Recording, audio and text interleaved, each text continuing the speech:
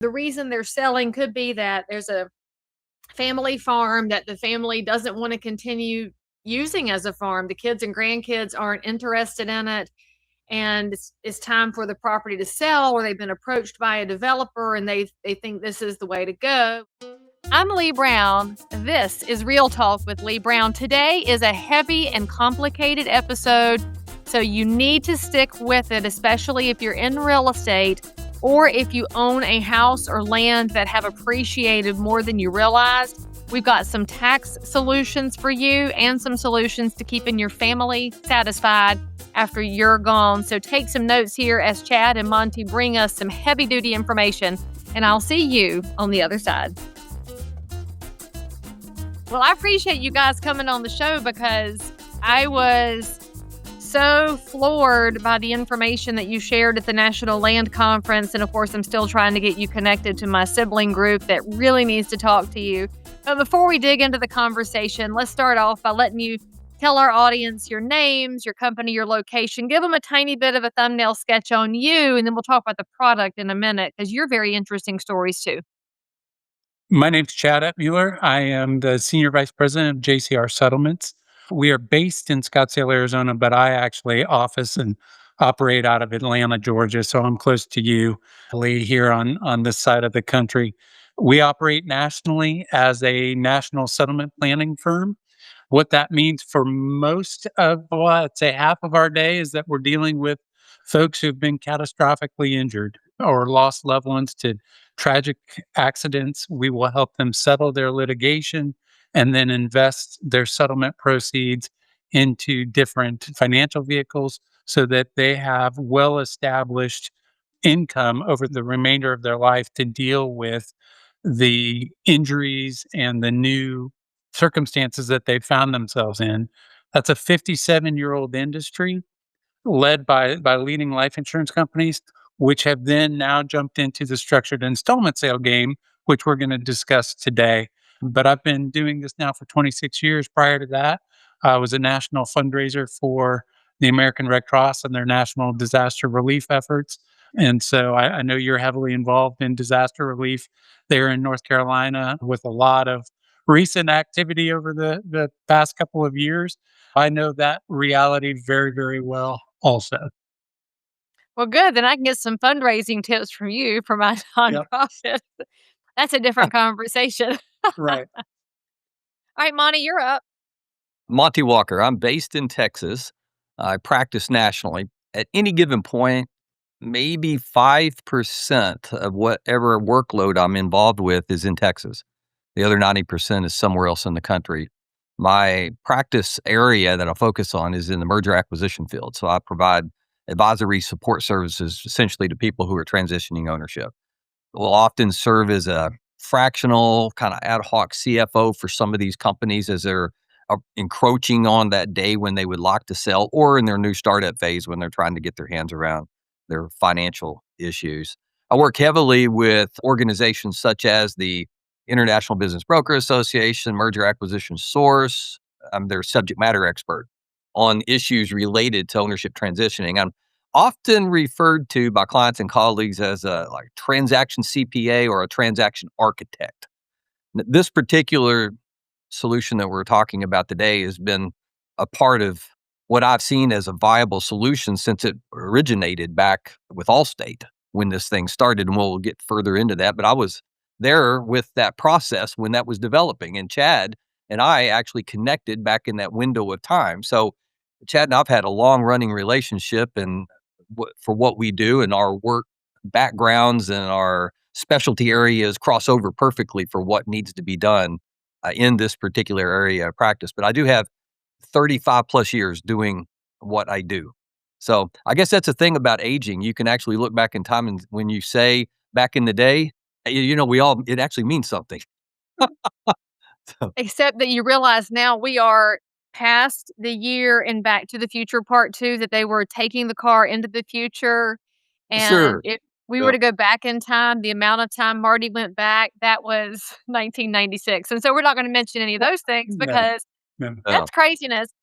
So what I'll tell you, audience, is that you're probably thinking this looks big and heavy, and this is a big, heavy subject because right now, especially with the inflationary prices that we have as a country, there are people that need to sell property and they're facing insane capital gains numbers. And the reason they're selling could be that there's a family farm that the family doesn't want to continue using as a farm. The kids and grandkids aren't interested in it, and it's time for the property to sell, or they've been approached by a developer and they think this is the way to go. And we're not going to go down the data center road, but the data center buyers are paying astronomical numbers. And the family that's thinking of selling is trying to figure out what to do if they say yes. Well, when we were at the National Land Conference, we were having a session with this team about the alternate to the 1031 tax deferred exchange. And for anybody that's in real estate, you already know that's the part of the tax code that allows you to sell a piece of real estate and move it into another like kind of real estate and defer your taxes for later, which works if you're still in your productive years and you're moving your money from one vehicle to the other. But if you're at the end and you don't want to buy more real estate, are there ways to avoid giving the government the money that you've worked so hard for over all these years? And that's where y'all come in with a solution that I'd never heard of. And frankly, was so exciting to me because I'm working with a sibling group right now that is selling the last piece of the family land. And it is a many multiples in the millions of dollars, but none of these siblings need the money right now. And so their concern is less about cash in their pocket today and more about how do we not give the government something if we can avoid it? And it was a very interesting way to look at things. So I'll let y'all kind of talk to my audience about the high level piece of this because my audience for this show is primarily realtors. And there's also a bunch of consumers that watch the show because they're very interested in the inner workings of real estate. And this is a space that I think a lot of agents need education on, and so does the public. So you can go a little bit. I've set you up there for the high-end bullet points. Well, appreciate that, Lee. And yeah, you're exactly right. So I know I started off in left field talking about settlement planning with personal injury cases, which has nothing to do with real estate. Well, But actually, I'm gonna interrupt you there because it does. Every realtor in their career has to go through the gauntlet of buyers, and we always have that buyer that's waiting on a settlement, and so agents will show them houses for 3 years, the settlement never appears.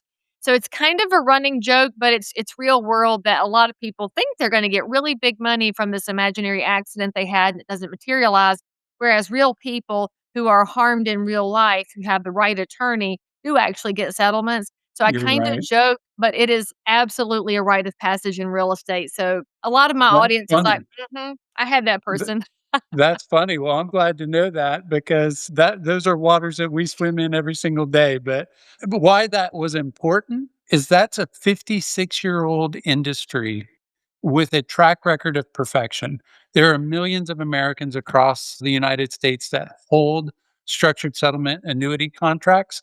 Not one payment has ever been missed to any of those individuals. It's those same life insurance companies that are offering the structured installment sale for the sale of appreciated property or businesses or other appreciated assets. And that's what Monty and I are here to talk with you and your folks about today. And to your point, it's a tremendous alternative to 1031 exchange or deferred sales trust or just taking cash, paying Uncle Sam a massive amount of money and being liquid. The beauty of the structured installment sale is it allows a seller or sellers in your situation where you have multiple owners of a particular parcel or business. It's not an all or nothing scenario. If three of your siblings want to take advantage and the other five say, no, we don't have any interest, that's okay. But it allows the seller the opportunity to place a portion of his or her sale proceeds into a structured installment sale annuity with a leading life insurance company. And this all transacts at closing. The money is sent directly from the escrow account to the life insurance company with whom the structured annuity is placed. And in exchange, they will get an annuity contract with a future payment schedule that they design unique to their needs.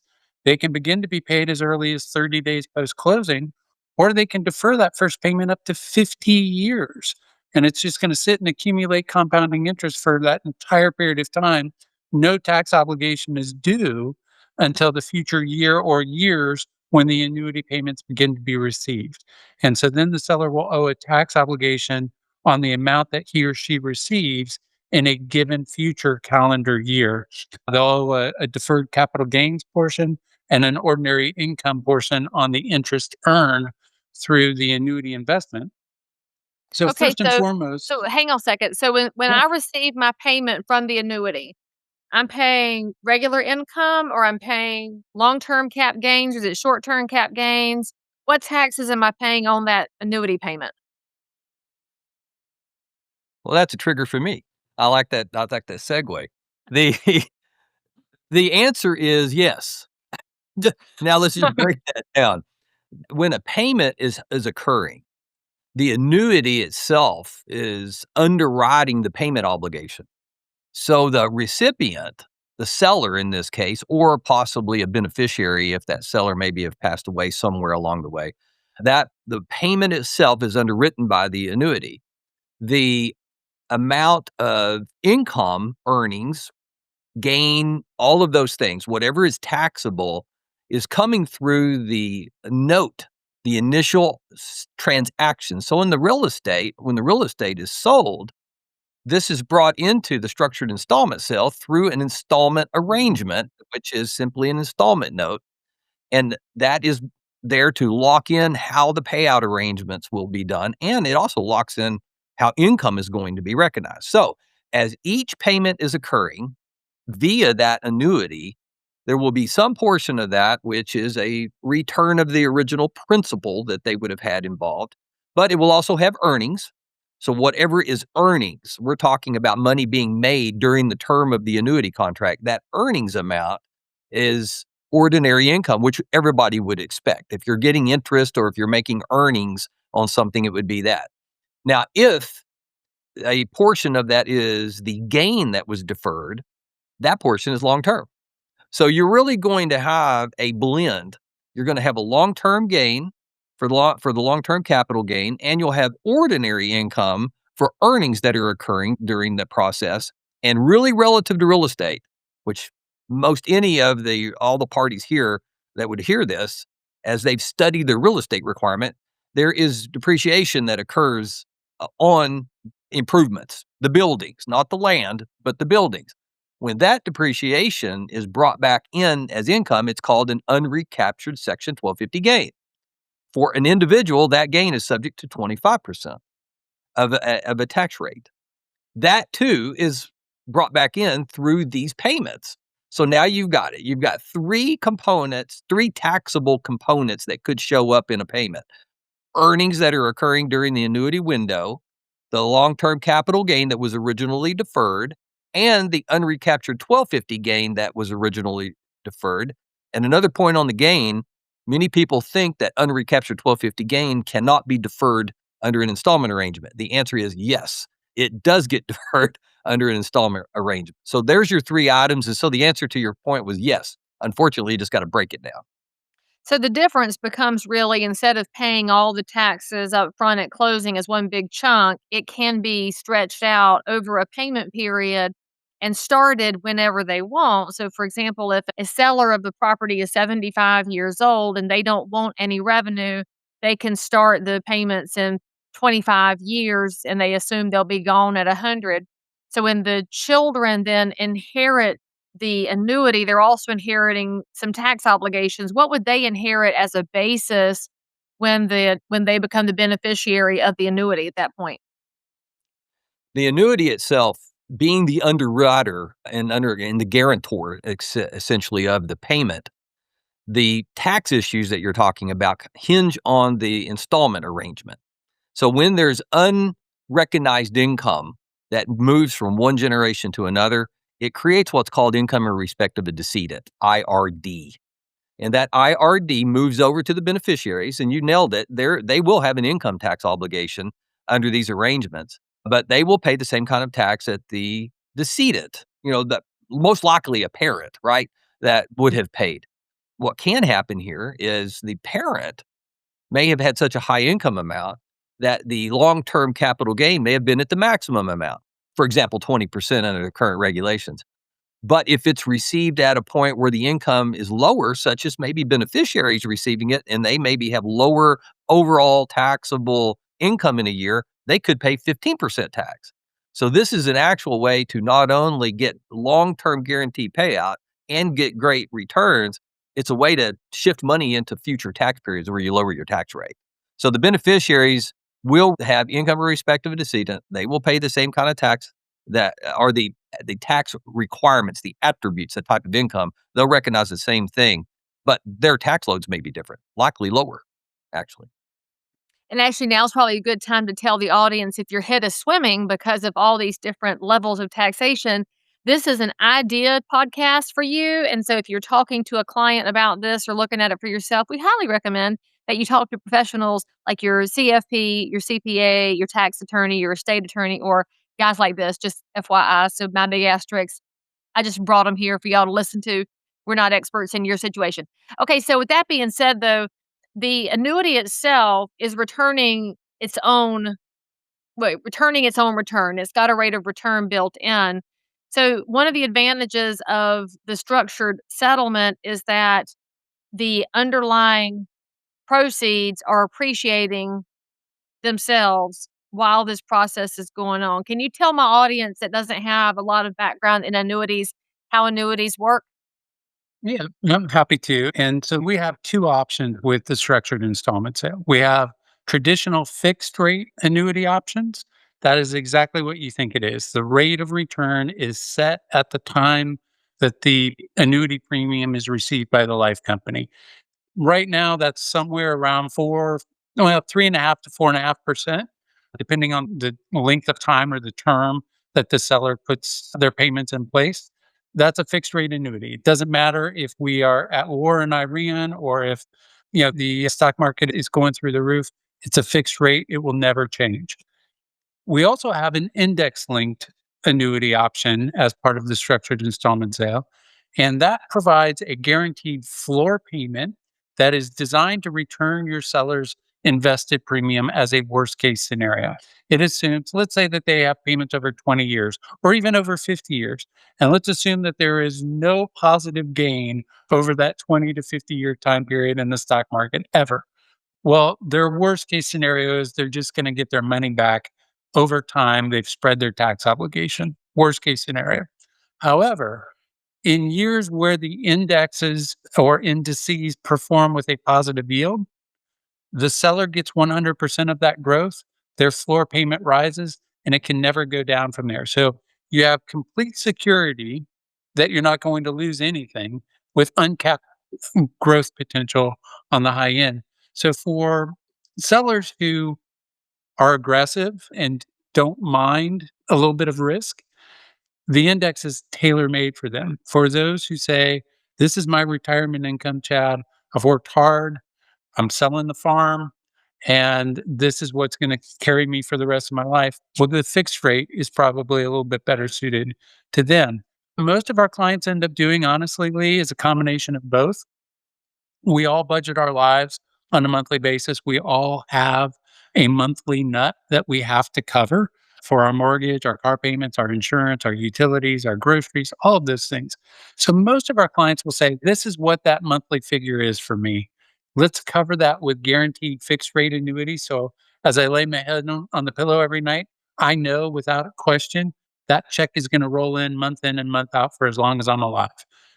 Then with whatever's left over, let's be speculative. Let's put that into the index. Let's let that index go hog wild. And that's our slush fund. That's our family vacation fund. That's our design extravagant wedding for the daughter or granddaughter fund, right?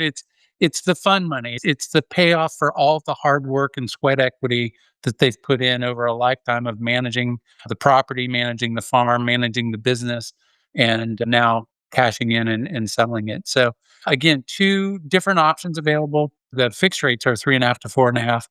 The indexes are performing anywhere from 4.5 to 10% rate of return. Okay, so let's just say that Mama and Papa want to sell their property for $5 million and they love their children very much, but one is a complete deadbeat. When they put the proceeds into an annuity, does that keep the deadbeat child from cashing it in and going hog wild with this very well earned money so that the deadbeat only gets the monthly annuity payment? And that way, Mama and Papa can go to their great reward knowing that they've provided long term for somebody who wouldn't have done it for themselves. Is this a solution for that family? It absolutely is. And it's a great question and one we face all the time. Apparently, that family exists all over the country. So, there's a black sheep in every family, Lee. You know And we this. love them. They're the favorites. They're always the favorites. Right. So your scenario is exactly on point. If that is a concern, this is a way to put guardrails up and be assured that generational wealth has been produced, but it's controlled and it's coming on a scheduled basis. So when the original seller does pass away, his or her beneficiaries will receive all remaining payments as scheduled. If they had great vision and said, we know that deadbeat here is going to waste this money if he or she gets it in one fell swoop in a lump sum form, they'll be here today, gone tomorrow. And they say, nope, we want it to come in monthly or quarterly or semi annually, or we want to drop lump sums on pre identified future dates or any combination thereof, they can truly design the future payment schedule in any manner that they would like. I would venture to guess that your sellers could not throw a payment scenario at Monty and I that we cannot accomplish for them. So long as they are being paid within the first 60 years after closing, we can accomplish just about anything. So it's a great way to create, first and foremost, tax efficiency, but secondarily, financial security and generational wealth if designed correctly. So then what's the difference in setting your proceeds up from this farm that just sold for $5 million, and let's assume there's no payoff, it's a straight 5 million proceeds. They're considering putting it into a trust so that they can legally protect everything, or they can look at a structured annuity. What's the difference and pros and cons on that front? Yeah, so that's a great question. First and foremost, there are no fees for our product now or ever. There's no fees to set it up, no fees to manage it. We are compensated by a one time commission from the life insurance company with whom the annuity is placed. So there are no fees. All right. That is, if you're putting money into a trust, there's a manager involved there. And every time he or she moves money, they get paid.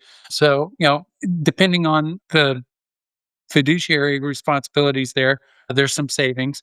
But our product is so flexible that if they do want to further preserve it by making the structured annuity and installment payments into a trust, they can absolutely do that. We see that all the time where families are selling the farm, they have 30 members of a family trust, and the payments are coming into the trust where they're further insulated, further protected, they're earning additional interest inside the trust investments. Let me say this. I'm a huge fan of 1031. I love it. It's a fantastic solution. Not such a fan of DSTs, and we can get into that at a later date.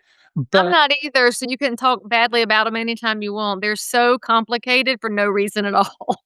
well, there's a lot there. We could peel that back. But what I love about our product is the flexibility that it lends.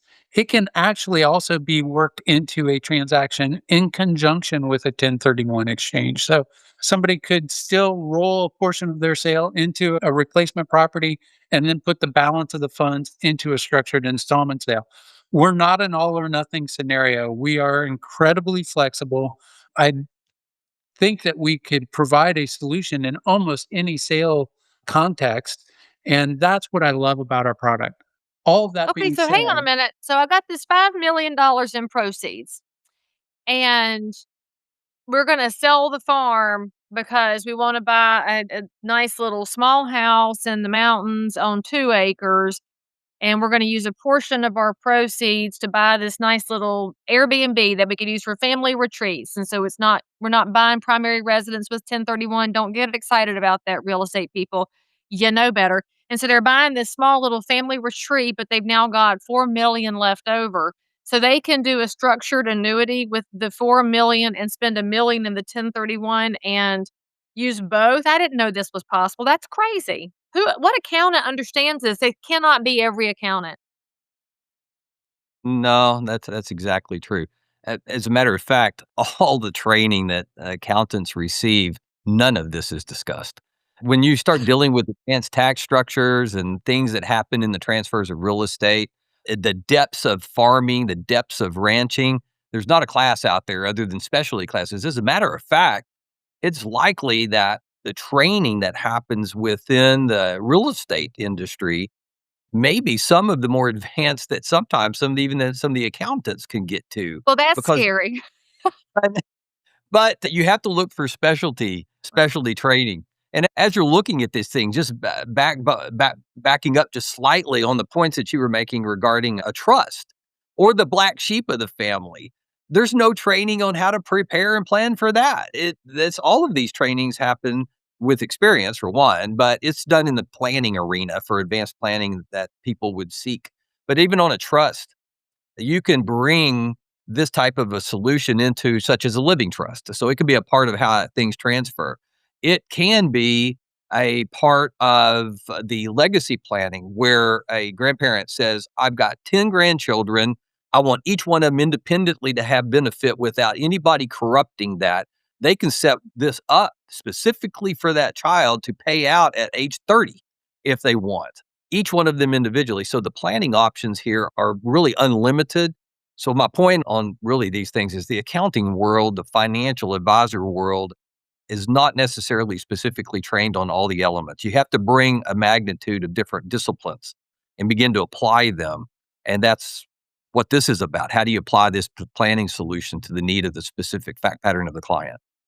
Okay, so speaking to those specific situations, what about the gold digger scenario? Because in the family farm that I grew up a part of, we have a corporation, so we became an incorporated family farm where we had shares, but it was very specifically set up so that only blood kin could own shares to the farm, which we call all of our spouses outlaws, and we say that with love, but the outlaws don't have a stake in the family farm, and it was structured that way just to protect everybody from gold diggers, and so no gold diggers had any reason to get involved in our family because they weren't gonna get anything, which protected everybody. We don't have any because of that. And so if you think about that kind of a scenario, how does that apply in setting these up? Can the structure include language that says, "All right, our 10 grandkids are all gonna have a share of the benefits here. However, it can't go to the ex-wife if she decides to kick up a fuss." So, How Lee, flexible are you? that's all managed by the trust or the will that's in place, and it's further defined through the beneficiary documents that the seller will produce as part of his or her structured installment sale. So, keep in mind the seller is always the primary payee, whether that's an LLC that is selling the property, then it's the LLC that would be the recipient of the future structured annuity payments. If it's an individual or a husband and wife team, they are the individuals receiving those future payments. And they will define that each of the 10 grandchildren are the beneficiaries in their will, in their trust, in their estate documents. But that will be reinforced through the documents that they produce with the life insurance company pointing to those estate documents and providing reassurance or confirmation that those who are supposed to get the money are indeed the ones who are getting that money. So they can eliminate the gold diggers or the black sheeps or anybody that they would like through the beneficiary designation forms. And then, of course, through their own estate documents. But Now, one of the things to piggyback on what Chad was just saying, when you're dealing with the outlaw, I like that. It's been a while since I'd heard the term, and I agree with you. Matter of fact, when I go home you today, can use it anytime. yeah, that's great. The idea here is that the payment is not controlled specifically by the structure of the structured installment sale. It's handled through the legal documents. But if a structured installment sale arrangement is set in place, such as a grandparent, specifically for a grandchild, that one structure can be linked directly to that grandchild and nobody can foul that up. If you've got your scenario where it may be a family farm wrapped in the middle of a corporate structure, and if the corporate entity sells, well, now the challenge is we have a structured installment sale between the seller being the corporate entity. And so anything that happens from there is if the corporate entity is closed down and the assets are distributed, at that point, there can be provisions that would require that the structured installment sale be broken to pieces so that each individual is going to receive their own, or better yet, in advance, that planning would have already happened. There would already be multiple structured arrangements in place. So when the distribution happens, each gets their own. Once again, that cannot be fouled. Okay, so I think now's a good time to point out, audience, if you haven't watched any of my earlier videos about persterpes being in your will documents, make sure that's in there, because if you're not a corporation, the persterpe sets it up that if the recipient of your will dies before the will kicks in, it tells you what happens with their shares, because things happen between writing your will and the execution of that will. Okay, so this is all really complicated stuff. At what point do you think a property owner should be talking to professionals, and ideally they're picking a realtor who knows enough to introduce them to somebody like you? At what point do they look at these as the solutions for their proceeds? Can you do this quickly enough after they've secured a buyer and they're 30 days away from closing? Or is this something that needs to be set up in advance of putting a sign on the property? What is the ideal scenario? That's a great question. I'm really glad you asked because we are put behind the eight ball way more often than we would like. I bet Um, you are. yeah, We're shocking, right? closing tomorrow. Can you fix this for me? Oh, I get that call quite often, believe me. Um, so this is the earlier that we can be involved, the better, right? We would love to be involved with a family or a seller before the sign goes in the ground, ideally, right? So that they are thinking about this. And I say that because, and you tell me, Lee, you're the real estate professional, but I think there's a misconception amongst sellers that COVID prices are still available today, right? That people are still paying over asking price and there's a bidding war on every single property out there. And while that was the case 5 years ago, it's not necessarily the case any longer. And so there can be some disappointment on behalf of the seller that they aren't fielding offers like they thought they were going to field.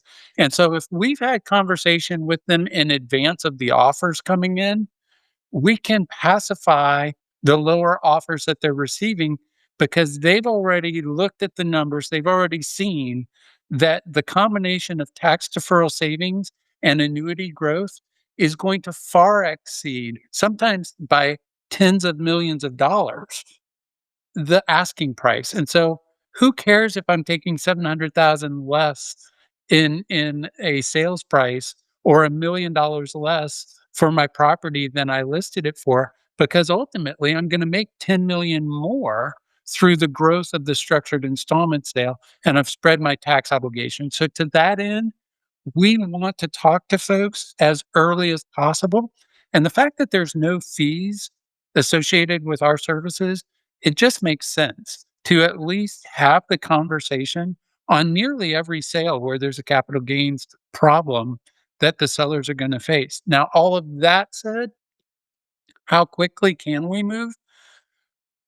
As you can appreciate, when you start to see the numbers, and I know we haven't gone through any of the numbers here, but it is not uncommon if you were to put $1 million into a structured installment sale and receive payments over a 20-year period, that million's going to turn into $6, $7 million through the index or a combination of the fixed and index. So because of that, this is a product that would be ripe for money laundering if you were a person with nefarious intent. And because of that, the insurance companies are federally required to do suitability on the buyer and the seller. So we do need buyer cooperation in this process. That suitability process takes about 10 days with the life companies. It requires that we get the buyer and seller's driver's license. The buyer is going to have to fill out a one-page document regarding the source of funds. Is this a cash transaction? Is it finance? Is it a combination of both? The life companies need to know where the money is coming from, and they need to be assured that there's not a laundering situation going on. Now, since 2004, I've never had a red flag come up. I don't anticipate that I ever would. But that process takes 10 days, and then it takes us another 2 to 3 days to prepare the documents that get executed at the closing table. And ideally, Lee, we want to get those in front of all parties, buyer and seller and closing office, at least a week in advance of your closing. We want everybody to see the documents, have an opportunity to call us, ask their questions, be comfortable with what they're being asked to sign so that at the closing table, everybody is familiar, closing runs smoothly, and there's no hiccups that come on the day of closing. So that would necessitate ideally 15 days before closing would be the absolute minimum that we could shoehorn something in there and make it work. So you've referenced multiple times that the original principle is safe. That's the floor. So very similar to a CD where the money that you're using to purchase the CD is safe. What are the underlying companies or who are the underlying companies that are providing that kind of assurance? Because we all know that the only two things in life that are certain are death and taxes. And since we're going after one of those, I want to know who we're talking about here because we all saw what happened in the financial meltdown, which was a really fun time to be in real estate. And the dot-com bust, also a good time to be in real estate. And so now that we're in this world again where we knew AIG was too big to fail, who are the companies that are too big to fail to protect people in this situation? Yeah, great question. So we have currently 3 life markets offering the product: MetLife, Metropolitan Life, Independent Life, and American General Life. All 3 excellent companies. And if we harken back to my original comments, that the structured installment sale is built on the chassis of the 57-year history of structured settlements, which has a perfect track record, no payments missed. This is built on that chassis, right? And so consumers, sellers can have a great deal of confidence that if I engage in a structured installment sale, I'm about as assured of a return as I could hope for in anything. And if those companies are failing, Lee, Everything's gone all to hell. we're fighting for clean water at that point, right? Well, that's kind of the fight of our data centers. That's a different rabbit hole. Yeah, yeah. Well, and I'll tell you, you referenced that a couple times. I'm in discussion with so many landowners who have been offered ridiculous sums of money for these data centers. I mean, 5-time multiple of what they ever on their best day could have gotten. And it's hard to ignore. And so those folks are staring at, some of them hundreds of millions of dollars in sales. Here's a neat thing about the structured installment sale.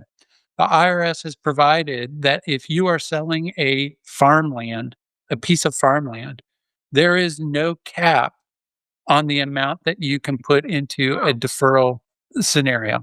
Monty, correct me where I may be misspeaking from a tax legality perspective, but there are limits to deferral with other products that are out there.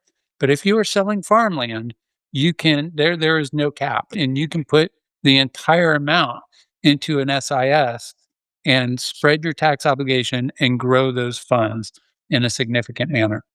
Yeah, what Chad's referring to is their non-farm or non-ranching, better yet, both in that same area.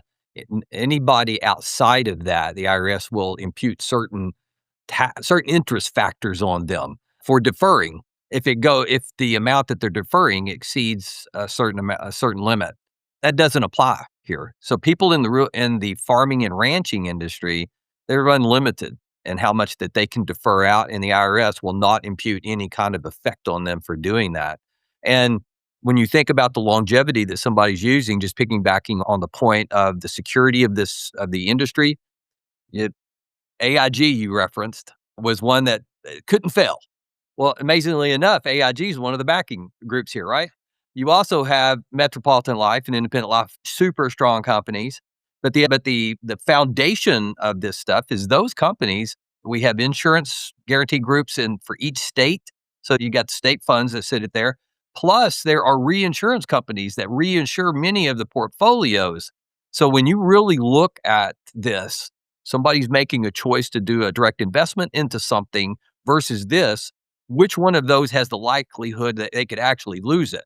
Well, in order for that to happen with what we're talking about here, you've already said it. We've got something bigger happening. We're trying to figure out how to eat and drink water because something dramatically happened in our country to cause one of these operations to shut down, or all of them. I mean, we're really in a bigger situation than simply somebody losing a little money. Okay, so since we're already providing education, you don't get anywhere else. And since I have you guys here who know more than anybody should know, speaking of fractional things, so you mentioned the unlimited ability if you're a farm or ranch operation. So what if somebody has 400 acres and 100 acres is in timber contract and under an ag exemption when it comes to property taxes? Are they going to qualify that parcel as completely open to whatever they want to invest, or is it only going to be restricted to the portion that is portioned off for ag? Now, you've got a uniqueness there. The Timberland has its own unique area way of being handled. Yeah, And does so it timber count as farm and ranch? Because I think it should count as farm because farming trees is very important. Yeah, you do get into farming. So you get into farming and there's actually tree farms, right? So I mean, there is all of that Well, stuff. So when you hey, that's yeah. Western North Carolina, man. That's the Christmas tree capital up there. And in fact, the guy who has supplied the White House multiple times with the national Christmas tree, personal friend of mine, not to brag or anything, but what's up, Larry? I know people. That's my kind of contacts. Well, in that area, the the farming, I mean, the timber side is somewhat unique.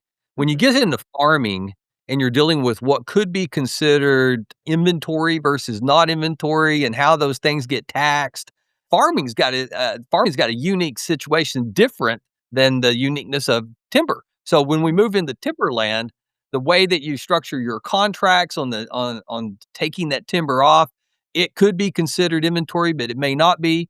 But the uniqueness about the way that the cutting contracts are set up for timber, if it's set right, all of that would be considered a 1031 exchangeable item.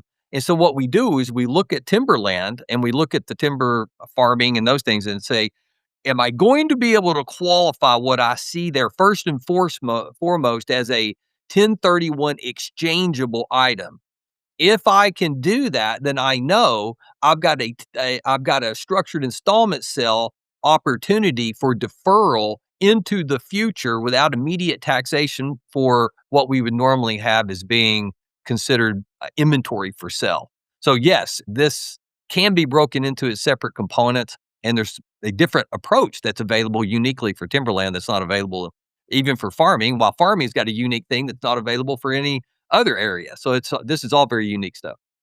So, long story short, if you are in this scenario, you need to be talking to people who speak these languages and not just calling the next real estate sign that you see and assuming that they know the intricacies of the options and can introduce you to the professionals who can walk you through what option A, B, and C are because you've worked really hard for what you have and you want to protect it for what you've done for the next generation. And sometimes you're just looking to protect the land itself and protect the assets. And that's why I brought these fellas on here. All right, I do have a question for you because a lot of my audience works residential real estate. They don't work farms and land, and they have no relationship to timber contracts or family farms or any of that.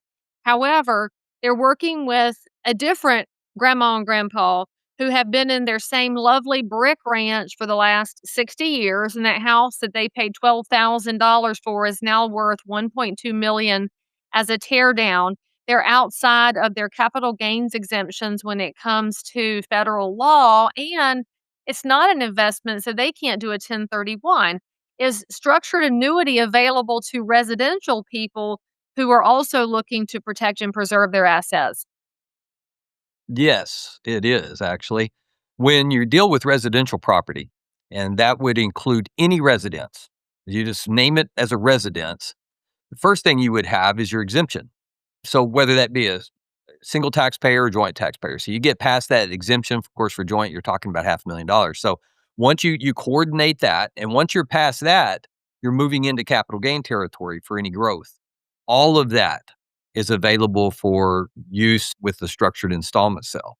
So that's a planning option that really applies to anybody, the entire country, for those who are homeowners. And of course, this planning thing happens heavily in places where the real estate has grown. So your example of somebody who bought $12,000, paid $12,000 for something, and now it could be worth 1.2 million. That's a common Yes. scenario. But the first thing that would happen is you look to see what is the exemption amount, because you do not need to defer something that's already got an exemption on it. And then the difference is what we're looking to in terms of the structured installment sale. So it's a great planning opportunity for people in residential property. Yeah. Okay, so you said any residence. This applies to a second home too. So if their beach house that they inherited from their parents has now appreciated, that's qualified. Their mountain property doesn't have to be primary. That is correct. Now, a good clarity point, and I say, I think a lot of people in the real estate would probably already get that. They know from their professional experience that a primary residence benefits from the exemption. A secondary doesn't get that same benefit.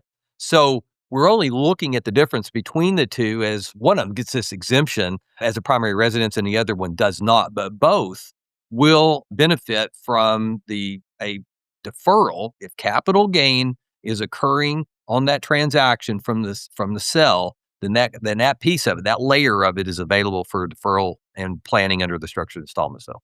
Yeah. And Lee, that's a real life example that you've brought up that we are talking to folks about every single day, right? The unfortunate reality of human life is that as we age, our health diminishes.